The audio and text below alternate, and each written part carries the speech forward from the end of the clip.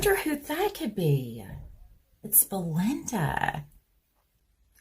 Cora. Hey, Belinda, how are you today? Good, you're home. I was wanting to talk to you about something, dear. Did you see Rhonda wearing shorts at Wednesday night service?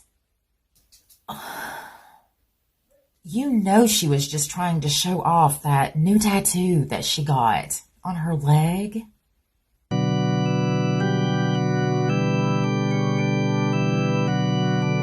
Why, Belinda, of all things, did it have to be Looney Tunes?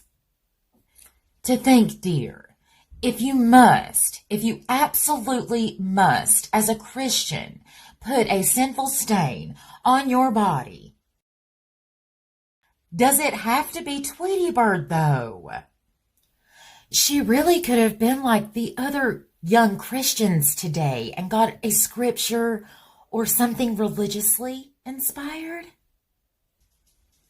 Oh, and did you hear her say that when she gets more money, that she's actually going to go and get a Tasmanian devil to match the other leg? I suppose that she must believe that the person who actually agreed to put this on her leg is good. Why, Belinda, people are dying.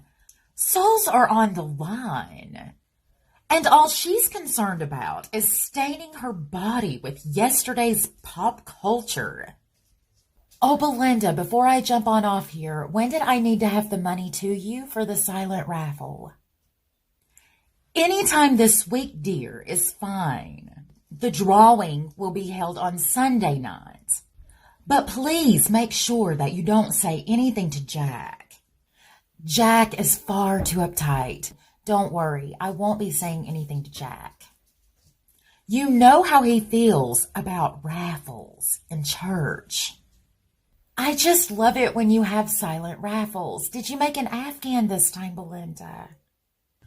I did make an Afghan.